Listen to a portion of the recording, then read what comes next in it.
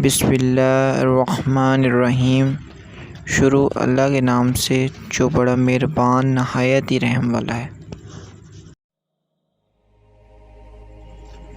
حضرت علی رضی اللہ تعالیٰ عنہ بیان کرتے ہیں کہ لوگوں سے ڈرنا چھوڑ دو، کیونکہ رزق اور عزت اللہ تعالیٰ کے ہاتھ میں ہے۔ جو دل دوسروں کی تکلیف دیکھ کر بے چین ہو جائے تو جان لو کہ اس دل میں اللہ رہتا ہے۔ کسی کے دل میں محبت پیدا کر دینے کے بعد اسے چھوڑ دینا اسے قتل کرنے کے برابر ہے۔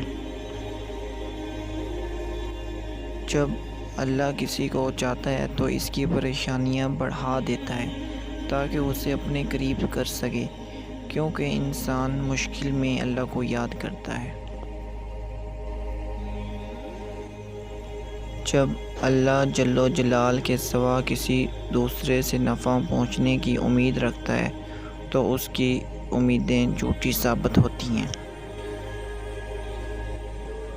کبھی تم دوسروں کے لیے دل سے دعا مانگ کر تو دیکھو، تمہیں اپنے لیے دعا مانگنے کی ضرورت ہی نہیں پڑے گی۔ اگر تم کسی کو چھوٹا دیکھ رہے ہو تو تم اسے دور سے دیکھ رہے ہو یا پھر غرور سے دیکھ رہے ہو۔ خوش قسمت ہے وہ انسان جس کے لیے کوئی روئے، اور بدقسمت ہے وہ انسان جس کی وجہ سے کوئی روئے۔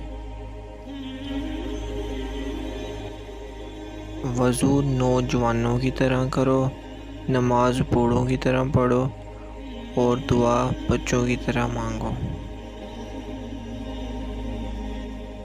جب تک انسان میں عقل نہ ہو، علم پڑھانے اور ادب سکھانے سے کچھ اثر نہیں ہوتا، اور کام کیے بغیر زبانی باتوں سے کچھ کام نہیں چلتا۔